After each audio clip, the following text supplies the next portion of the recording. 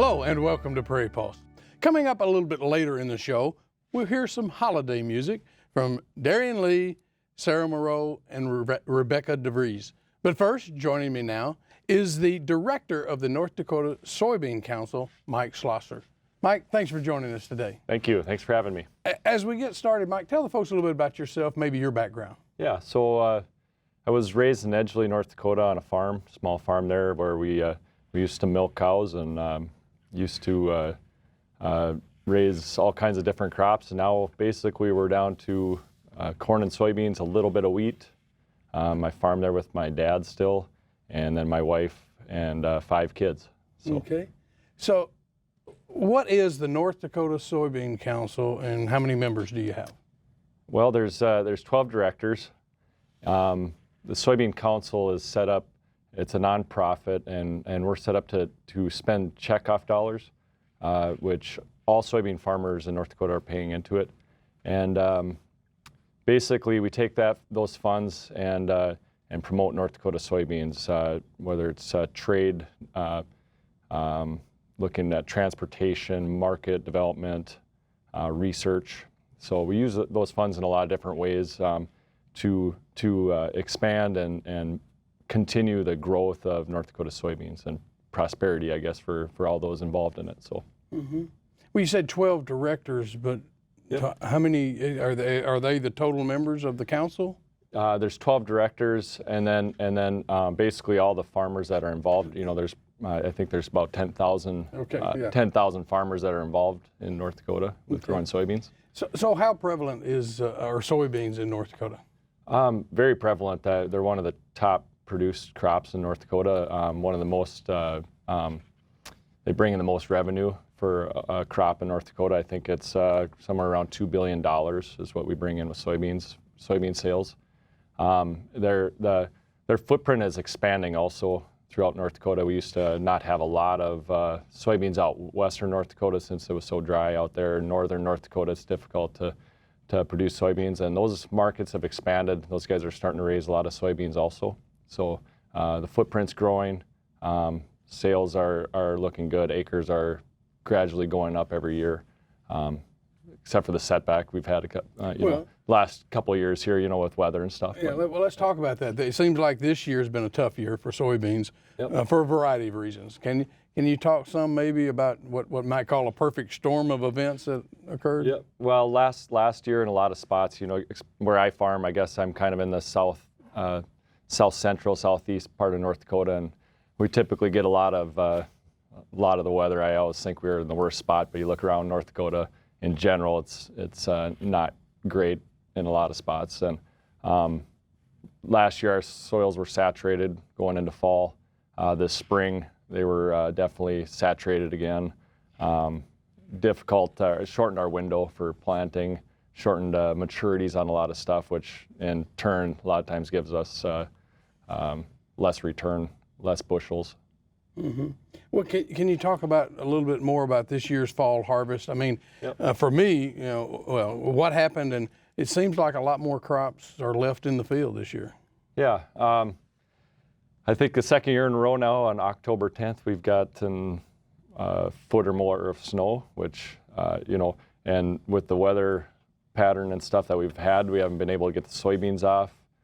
Corn was still standing out there. So with a foot of snow, you're pretty nervous and worried about it. I still, on the drive down here, still saw some soybeans sitting out in the fields. I've heard, talking to a few guys, they still had some potatoes and sugar beets that never got taken off. And there's an awful lot of corn in my neck of the woods that hasn't been touched. So yeah, it's been a pretty tough winter. I think guys will be combining corn yet and possibly even beans until spring. So yeah. And what does that do to the value of the crop? I mean, with the moisture and everything? I'd say I don't know, but going through it last year, I talked to quite a few guys, and you lose a little bit on the bushels, but it seemed like the quality still was there on the soybeans and stuff. So I think we'll be all right as long as we don't have them flatten to the ground. Yeah. So, well, you mentioned some parts of North Dakota hit a little harder maybe than some of the others, but what's that mean to the harvest, and how are you knowing more across the state? Different things are happening. Yeah, kind of different places in the state seem like they were hit at different times. Some never got as much snow this last time, and so they're kind of going on corn right now. Early on in the season, I know wheat really struggled. There was a lot of people that were really struggling taking their wheat off. And soybeans, it's just been hit or miss. Every pocket around North Dakota has been different on who got done early. I got some friends that were done at a normal time and had good yields, and then other places where we had snow and wet all year took a little longer, and there's still guys that are still struggling to get it off. It might be a long winter looking at them. So. Well, in this past season, obviously, well, it seemed like spring came late, and but did it look like a sort of a better crop in the spring than maybe it turned out to be? No, it was pretty much ugly all year long. I think it when you stick something in the ground and hope for the best, and soybeans don't like wet feet and cold ground, and it didn't seem like we had a real warm summer at all, and so we had a shorter growing season. I guess I was kind of not expecting the best, but all in all, I think most people I've been talking to, it's average. There's some that are way worse, some that were pretty optimistic for what they've gotten. So yeah. So you've mentioned it a little bit. So what happens now as we head into looking toward the next spring? I mean, Yep. What does happen for a farmer? Well, farmers are pretty resilient, and I'm sure there's going to be a lot of people putting the thinking caps on this winter. A lot of machinery getting put through the shops and stuff, and figured out what we have to do to get the crop in next year. And most farmers I know, they want to farm because they like growing things, and so they're going to try everything they can to get a crop in. And we'll cross our fingers and hope that the spring is good to us, and maybe an early spring, a warm spring, and I think we'll be all right then.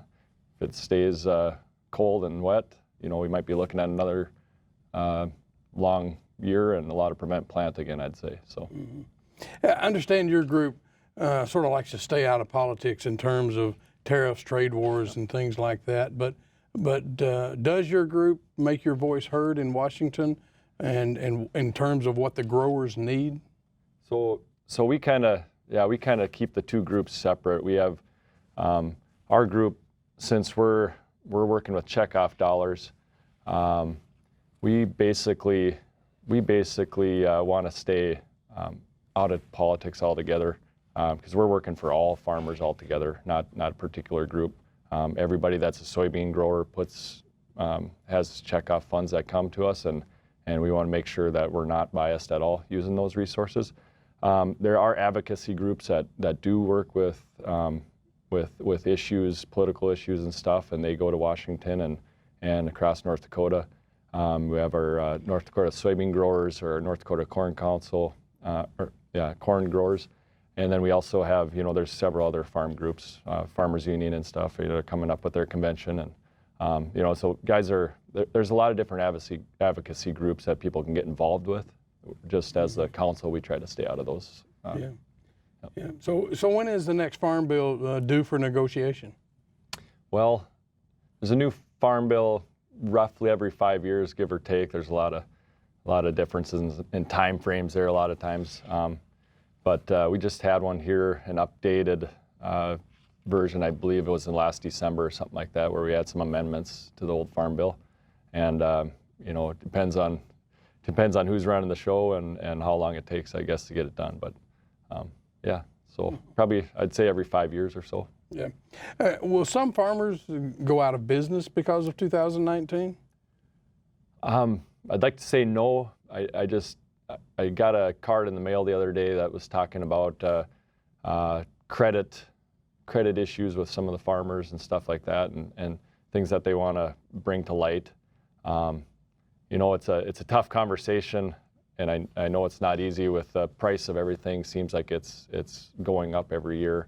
Machinery costs, input costs, land rent, land costs, everything kind of seems like it's stacking against you. And then on the other side, the commodity prices and stuff haven't been keeping pace. And so, it's definitely possible that there will be some people hanging it up. There might be some other people that are close to retirement just are tired of working through Christmas and being cold all the time, so they might be just hanging it up. So I'd say a bigger concern to me on that end of it would probably be just the mental health deal in some of these farm situations. It's getting pretty tough, and just you know, talk to your neighbors, talk to your friends, make sure everybody's doing all right out there. So. Well, is disaster aid coming, or has it already, has it already come forward? Some programs have come forward. You know, we use crop insurance and stuff a lot of times, and with all the Prevent Plant, you know, guys have been able to get some of those payments and stuff already, and got some of the MFP payments on the trade side of it. So there has been some programs, but I always say, like, you know, insurance is kind of just like car insurance. You need it. You're glad you have it when you get into a pickle, but you don't usually want to use it, right? So things are usually better when you don't have to use it. Yeah, sure. Yep. You know, you talk about the difficulty of farming. How difficult is it to get started into farming nowadays?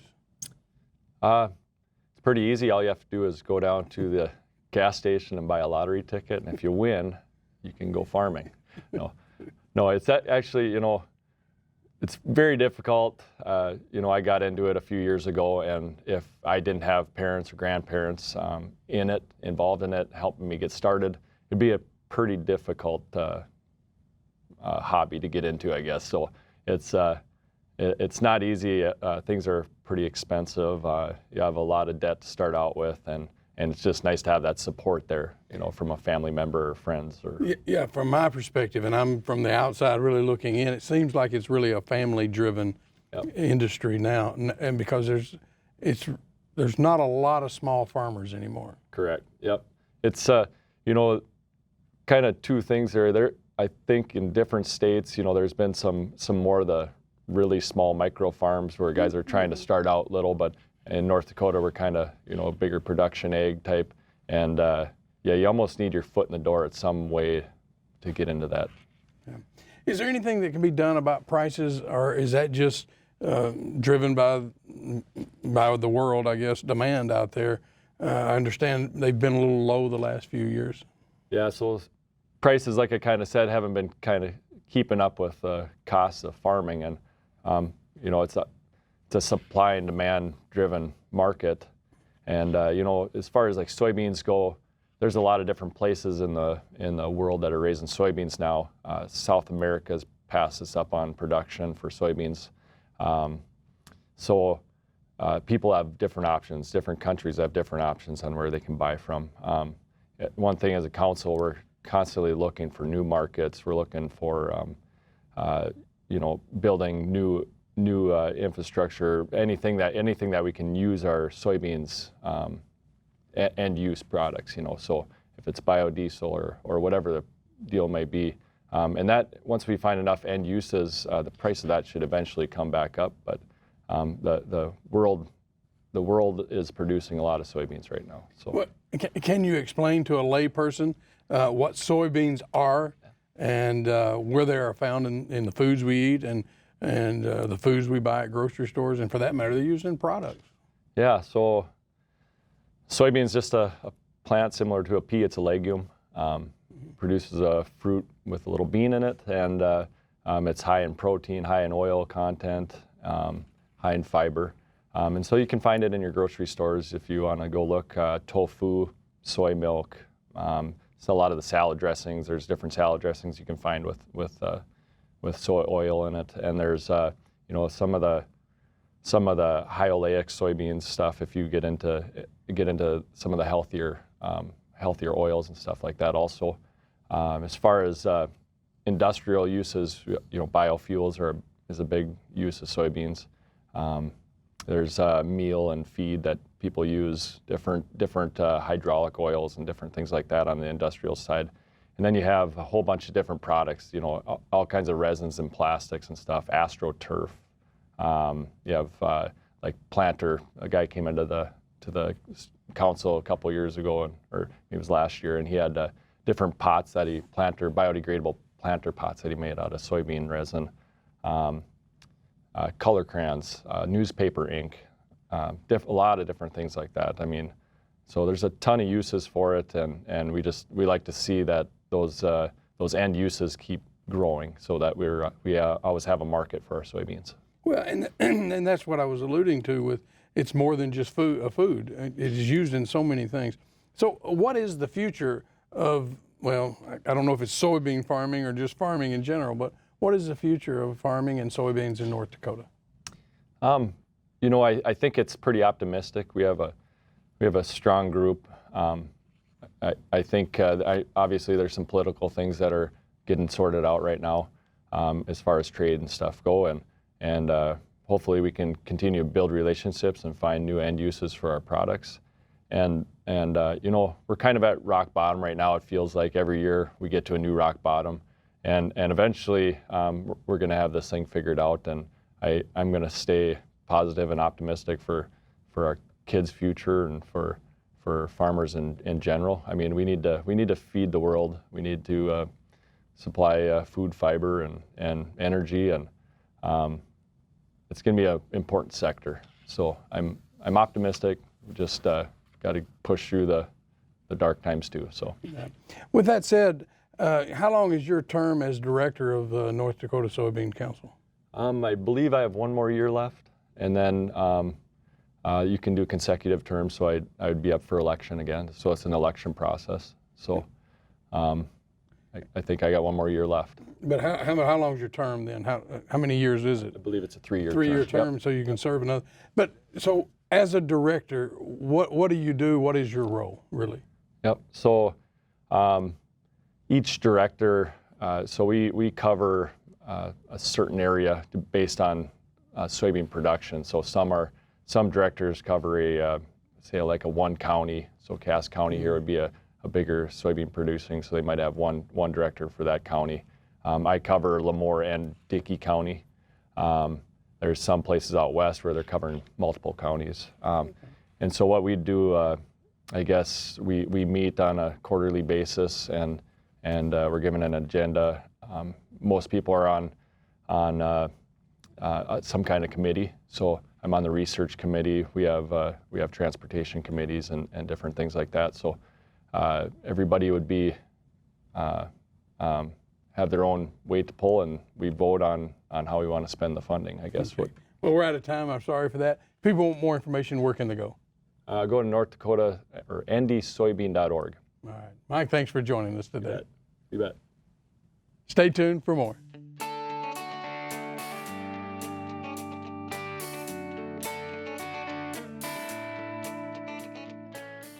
Darian Lee is a small-town Minnesota girl with a sweet girl next door personality. Her voice stops you in your tracks, as you'll hear in her singing a holiday favorite.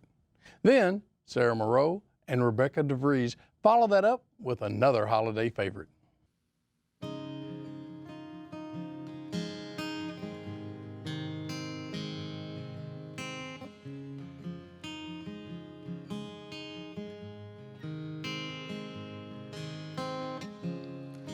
Just doesn't feel the same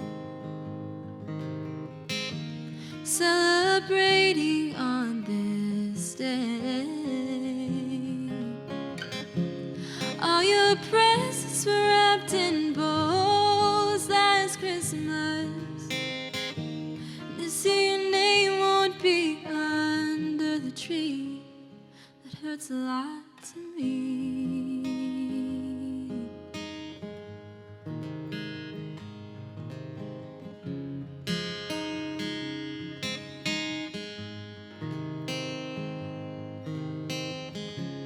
Hang the stocking, see your name. It really doesn't feel the same without you here. Just imagining your face when you finally see that Santa came. I know I won't see that this year, but sometimes I swear that I can feel you here.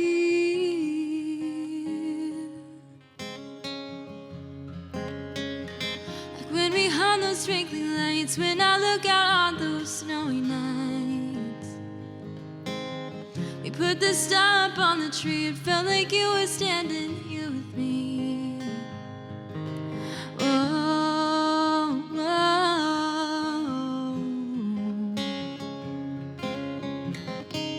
I will always see your smiling face in every memory.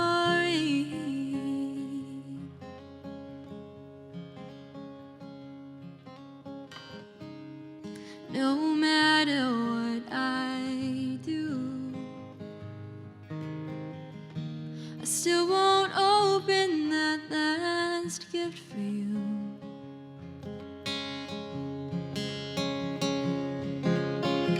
Wish you could see the twinkling lights and all the snowy nights ones you loved the most. Or the star up on the tree, what I would give to have you with me. You are the only gift that I miss.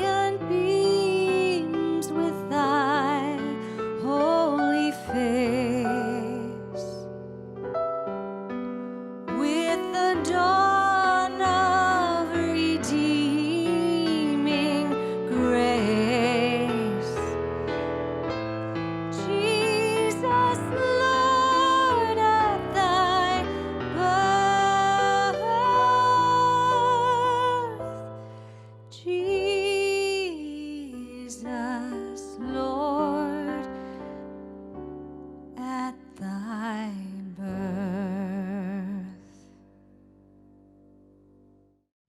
Well, that's all we have on Prairie Pulse this week. And as always, thanks for watching.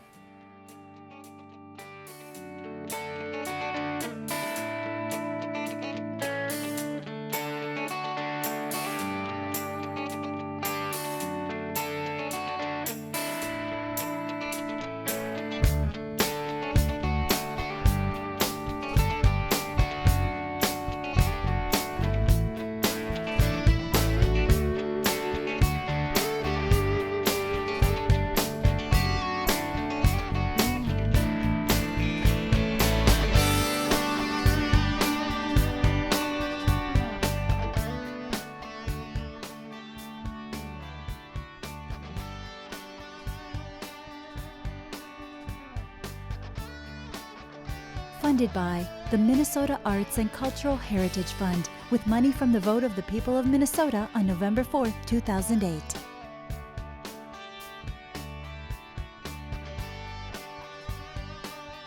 And by the members of Prairie Public.